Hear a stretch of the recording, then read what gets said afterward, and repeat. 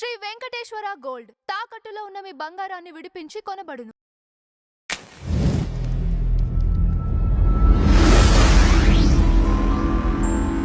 Tree media devotional ప్రేక్షకులకి సుస్వాగతం. వాగర్థావివ సంపృక్తౌ వాగర్థ ప్రతిపత్తయే జగతః పితరౌ వందే పార్వతీ పరమేశ్వరౌ. ఆదిత్యాయ చ సోమాయ మంగళాయ బుధాయ చ గురుశుక్రశనిభ్యశ్చ రాహవే కేతవే నమః. శృంగేరి జగద్గురు పీఠాధిపతులకి కంచి పీఠాధిపతులకి నమస్కారములు తెలియజేసుకుంటూ కార్యక్రమాన్ని ప్రారంభిద్దాం. వీక్షించేటువంటి ట్రీ మీడియా డెవోషనల్ ప్రేక్షకుల్లో చాలామంది ఎంతో ఉత్సాహంతో ఎదురు చూస్తున్నారు. 2026వ సంవత్సరంలో మన రాశికి ఏ విధంగా ఉండబోతుంది? యోగాలు ఏమన్నా ఉన్నాయా? మనం ప్రయత్నాలు చేస్తే విజయవంతమవుతాయా? కాకపోతే ఎటువంటి అడ్డంకులు ఎదురవుతాయి? ఏ నివారణ ఉపాయాలు చేసుకోవాలి? 2025లో ఎలాగో ఇబ్బందులు ఎదుర్కొన్నాం, కొన్ని విజయాలు సాధించాం, సంతోషపడ్డాం. కొంతమందికి అసలు అపజయాలే.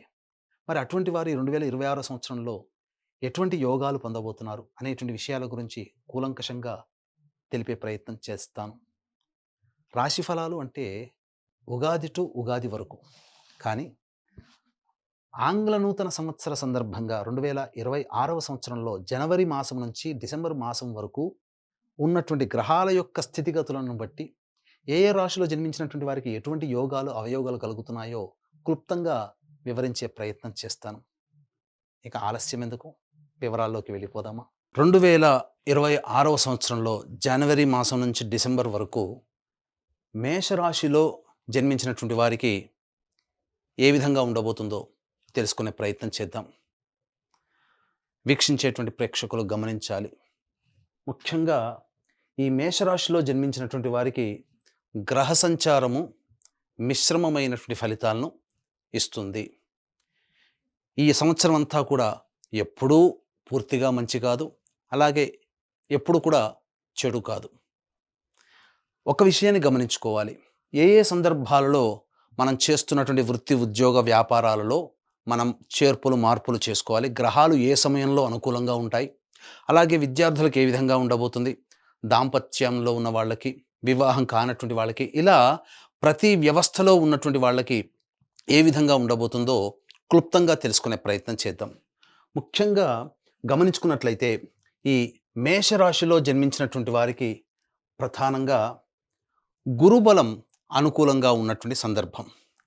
ఎందుకనంటే మార్చి 14వ తారీఖు వరకు గురువు మిథున రాశిలో వక్రగతి చెంది ఉంటాడు.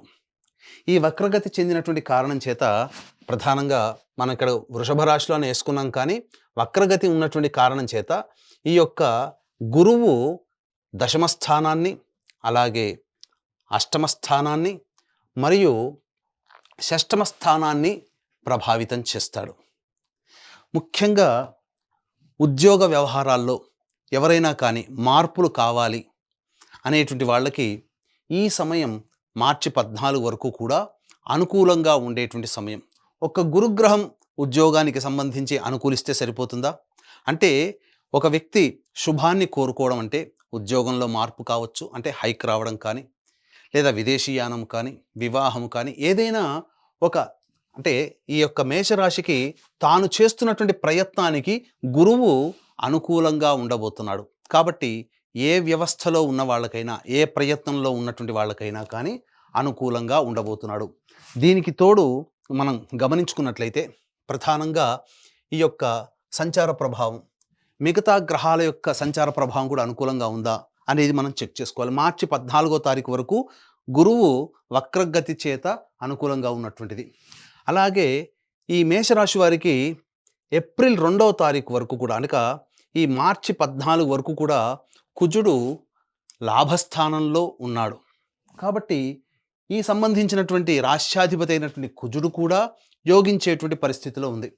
అలాగే ముఖ్యంగా ఉద్యోగకారకుడు రవి, ఈ రవి మనకు వర్కౌట్ అవుతాడా అనేది మనం గమనించుకోవాలి.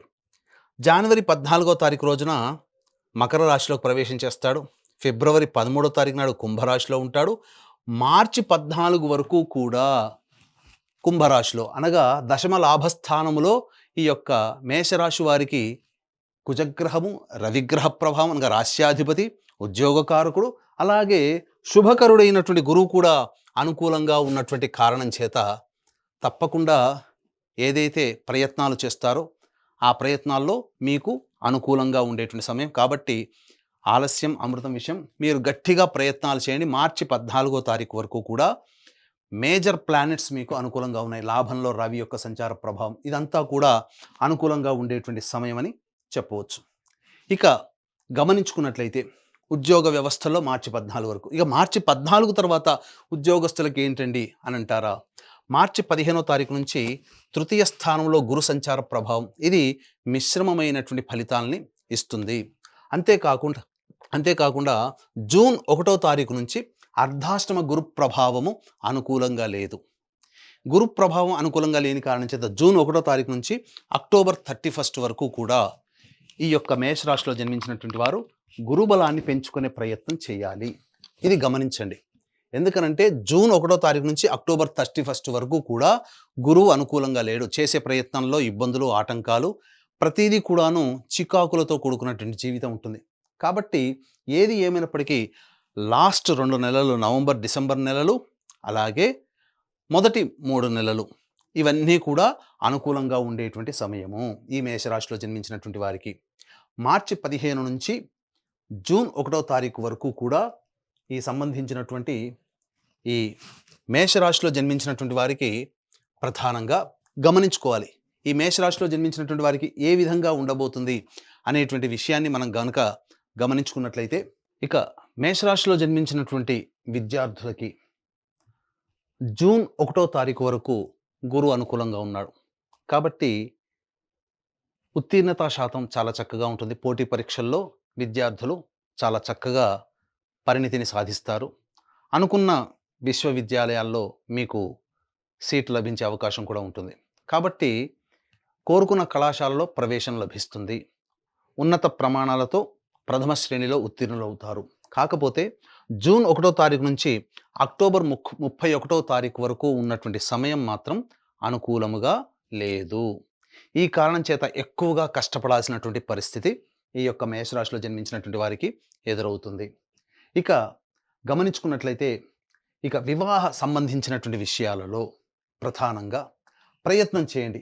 ఎందుకనంటే మార్చి 14వ తారీఖు వరకు కూడాను గురువు వక్రగతిన ఉన్నటువంటి కారణం చేత ప్రయత్నంలో కొంత ఆటంకాలు అనేటువంటివి ఉంటాయి. అయినప్పటికీ కూడా ప్రధానంగా మార్చి 14 నుంచి జూన్ 1వ తారీఖు వరకు గురువు మిథున రాశిలో సంచారం చేస్తూ వివాహానికి అనుకూలమైనటువంటి ప్రయత్నము. కాబట్టి మార్చి 14 నుంచి జూన్ 1వ తారీఖు వరకు వివాహ సంబంధాలు నిశ్చయం అవ్వడము, లేకపోతే ఈ సంబంధించినటువంటి వివాహమే జరగడము కూడా మీకు ఖచ్చితంగా ఉండబోతుంది. ఇక దాంపత్య విషయానికి వచ్చేసరికి ఈ యొక్క మేషరాశిలో జన్మించినటువంటి వారు దంపతుల మధ్య కొంత పొరపచ్చాలు వచ్చే అవకాశం ఉంటుంది. అవగాహన లోపం అనేటువంటిది ఉంటుంది. కాబట్టి జాగ్రత్త పడగలరు.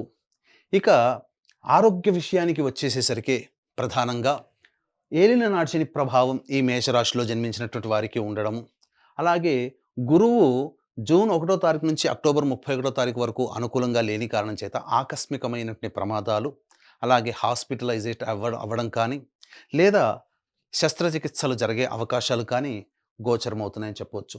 ఇక మరీ ముఖ్యంగా ఈ యొక్క మేషరాశిలో జన్మించినటువంటి వారికి సంతాన యోగ్యత అనేటువంటిది ఉండబోతుంది. సంతానం కోసం ఎదురు చూసేటువంటి వ్యక్తులకి సత్సంతానం లభించి తీరుతుంది. మంచి శుభవార్త ఈ మేషరాశిలో జన్మించినటువంటి వారు వింటారని చెప్పవచ్చు.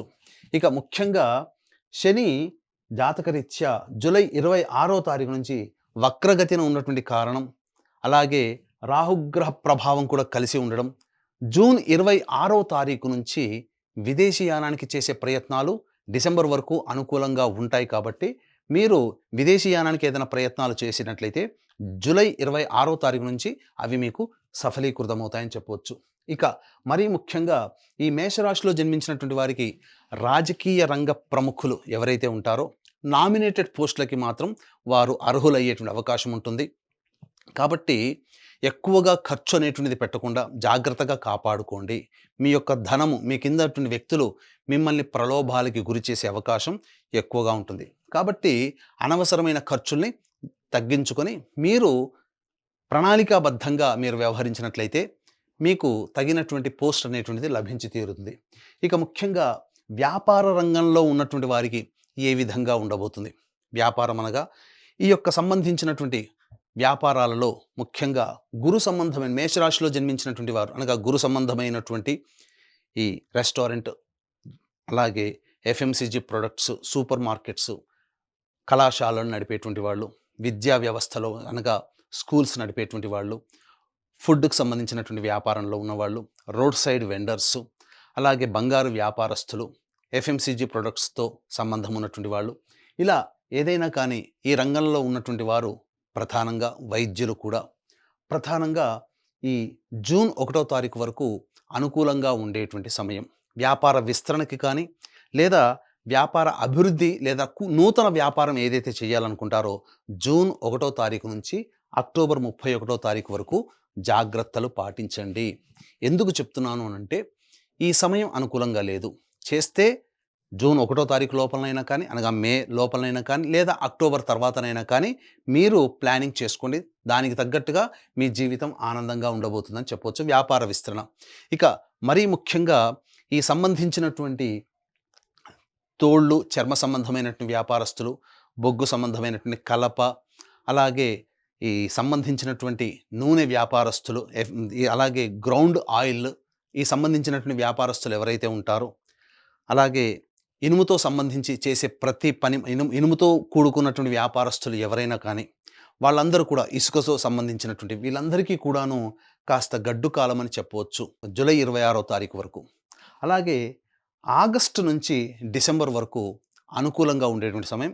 ఈ చెప్పినటువంటి రంగాల్లో ఉన్నటువంటి వాళ్ళు అనగా ఈ చర్మ సంబంధము, ఇసుక సంబంధము, అలాగే ఇనుము సంబంధము ఉన్నటువంటి వ్యాపారస్తులు చక్కగా వాళ్ళు ఆగస్టు నుంచి డిసెంబర్ లోపల వాళ్ళకి అనుకూలంగా ఉండేటువంటి సమయంగా చెప్పవచ్చు.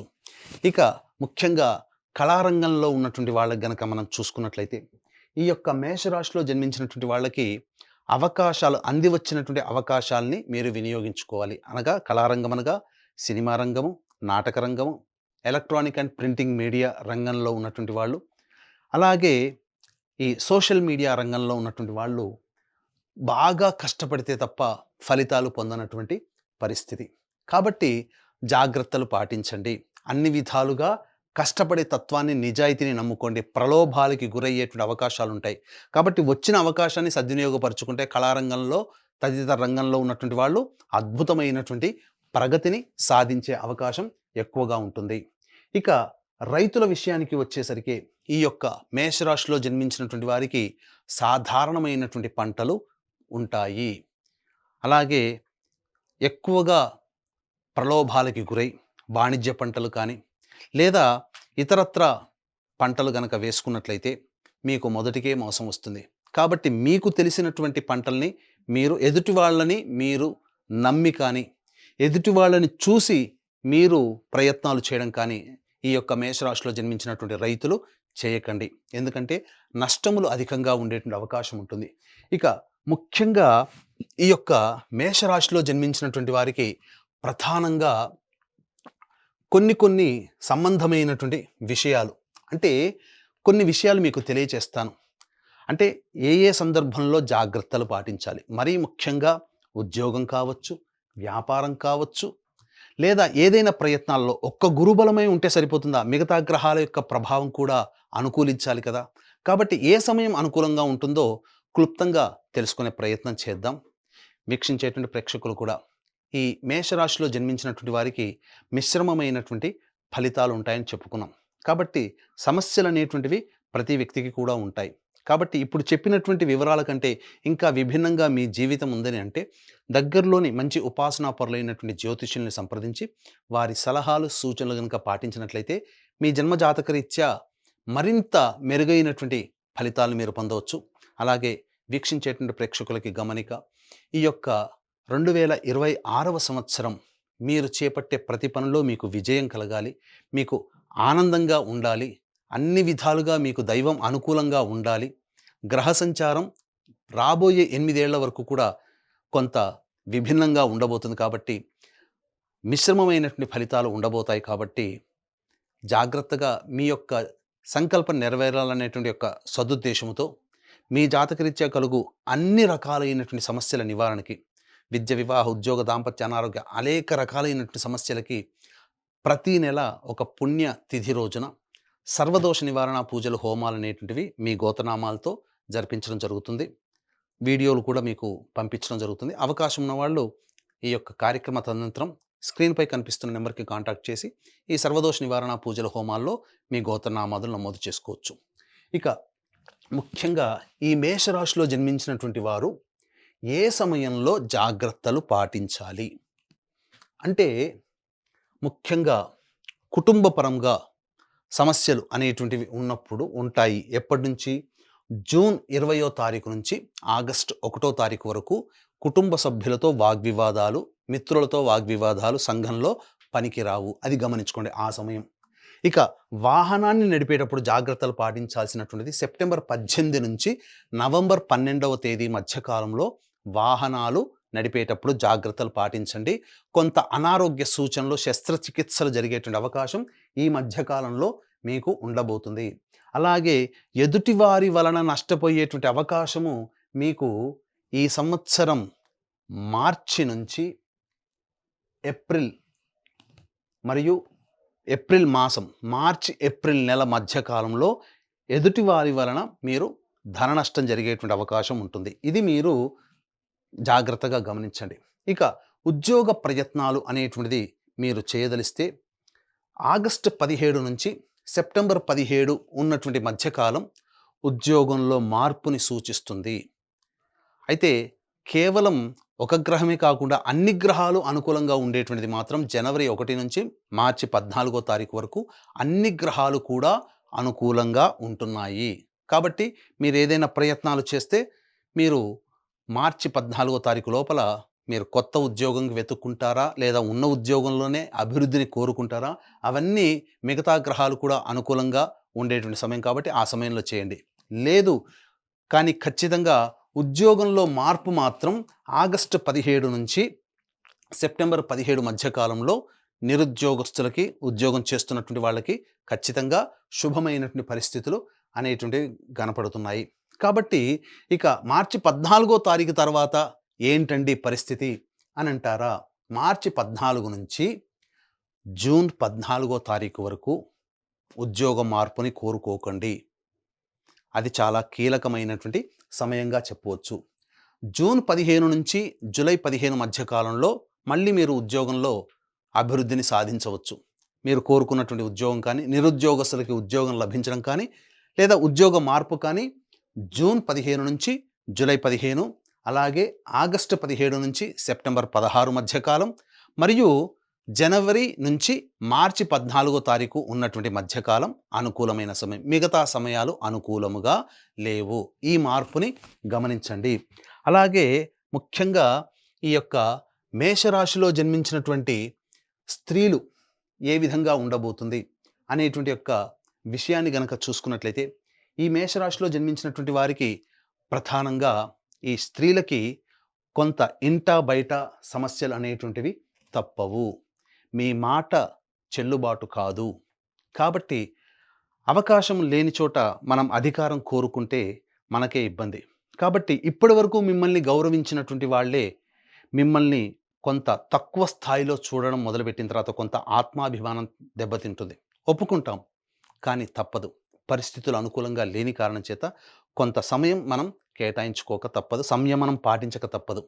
కాబట్టి ఈ మేషరాశిలో జన్మించినటువంటి స్త్రీలు ఆరోగ్యం పట్ల శ్రద్ధ వహించాల్సినటువంటి పరిస్థితి. ఇంతకుముందు చెప్పినటువంటి సమయంలో అనారోగ్య సూచనలు ఉండేటువంటి అవకాశం ఉంది. కాబట్టి ఆ సమయాల్లో మీరు ఆరోగ్యాన్ని జాగ్రత్త పరుచుకోండి. అలాగే దాంపత్య విభేదాలు, కొంత పొరపచ్చాలు వచ్చేటువంటి అవకాశం ఉంటుంది. జూన్ 1వ తారీఖు నుంచి అక్టోబర్ 30వ తారీఖు మధ్యకాలంలో కొంత విభేదాలు ఏర్పడేటువంటి అవకాశం ఉంటుంది. కాబట్టి జాగ్రత్తలు పాటించండి. అయితే ఇక ఉద్యోగ రంగంలో పనిచేస్తున్నటువంటి స్త్రీలు ఎవరైతే ఉంటారో వాళ్ళకి మాత్రం అవకాశాలు చాలా చక్కగా ఉంటాయి. ఉద్యోగ రంగంలో ప్రగతిని సాధిస్తారు. కానీ కుటుంబపరంగా కొంత మీరు వెనకబడుతానం అనేటువంటిది ఉంటుంది. మిగతా అన్ని రంగాలలో ఉన్నటువంటి స్త్రీలకి మిశ్రమమైనటువంటి ఫలితాలు కలగబోతున్నాయి. సంతానం కోసం ఎదురు చూసేటువంటి స్త్రీలు చక్కగా సంతానాన్ని పొందేటువంటి అవకాశం ఉంటుంది. కాకపోతే మీకు ప్రధానంగా ఈ యొక్క సంబంధించినటువంటి జూన్ 30వ తారీఖు మధ్య కాలంలో డాక్టర్ సలహాల్ని పాటించండి. గర్భవతులు కానీ, సంతానం కోసం ఎదురు చూసేటువంటి వాళ్ళు కానీ. ఎందుకనంటే కొంత చెడు వార్తలు వినేటువంటి అవకాశం గోచరమవుతుంది. జూన్ 30వ తారీఖు అనగా జూలై మాసం నుంచి మీకు అనుకూలంగా ఉండేటువంటి సమయం, అన్ని విధాలుగా ఆరోగ్యంగా ఉండేటువంటి సమయం అని చెప్పవచ్చు గర్భవతులకి. ఇక విన్నారు కదా, ఈ చెప్పినటువంటి ఫలితాలన్నీ కూడాను దృష్టిలో పెట్టుకొని మీరు దైవానుగ్రహాన్ని పొందే ప్రయత్నం చేయండి. ఎందుకనంటే ఏ వ్యక్తికైనా కానీ సంచారము, ముఖ్యంగా గురుగ్రహ సంచారం అనుకూలంగా లేదు. శనిగ్రహం కూడా మీకు మిశ్రమమైనటువంటి ఫలితాలనే ఇవ్వబోతున్నాడు. వక్రగతిన ప్రభావము, కొంత ఇబ్బందులు అనేటువంటివి ఉండక తప్పదు. ఈ కారణం చేత దైవానుగ్రహాన్ని పొందే ప్రయత్నం ఈ మేషరాశిలో జన్మించినటువంటి వారు ప్రయత్నం చేయాలి. కాబట్టి ఈ మేషరాశిలో జన్మించినటువంటి వారు ప్రధానంగా ప్రతిరోజు కూడాను సుబ్రహ్మణ్య భుజంగ స్తోత్ర పారాయణము, అలాగే ప్రతి అష్టమి మరియు ప్రతి అమావాస్య రోజున శనిగ్రహానికి తైలాభిషేకం జరిపించుకోండి. ఈ కారణం చేత మీకు అనుకున్నటువంటి అన్ని పనులలో దైవానుగ్రహం కలుగుతుంది. ప్రతిరోజు సూర్యుడికి నమస్కారం, సూర్యాష్టకం 6 సార్లు పారాయణం చేయడం, సుబ్రహ్మణ్య భుజంగ స్తోత్ర పారాయణం చేయడం, అలాగే ప్రతి అష్టమి రోజున మరియు అమావాస్య రోజున శనిగ్రహానికి తైలాభిషేకం జరిపించండి. ఇవి జరిపించుకున్న తర్వాత తప్పకుండా మీకు చేసేటువంటి ప్రతి ప్రయత్నంలో అభివృద్ధి అనేటువంటిది ఉంటుంది. అన్ని విధాలుగా మీకు మంచి జరగాలని కోరుకుంటూ సెలవు. చూశారు కదా త్రిమీడియా డివోషనల్ ప్రేక్షకులారా, ఈ వీడియో కనుక మీకు నచ్చినట్లయితే లైక్ చేయండి, సబ్స్క్రైబ్ చేయండి, 10 మందికి షేర్ చేయండి, మీ విలువైన కామెంట్ని పొందుపరచండి. సర్వం శ్రీ ఉమామహేశ్వర పరబ్రహ్మార్పణమస్తు.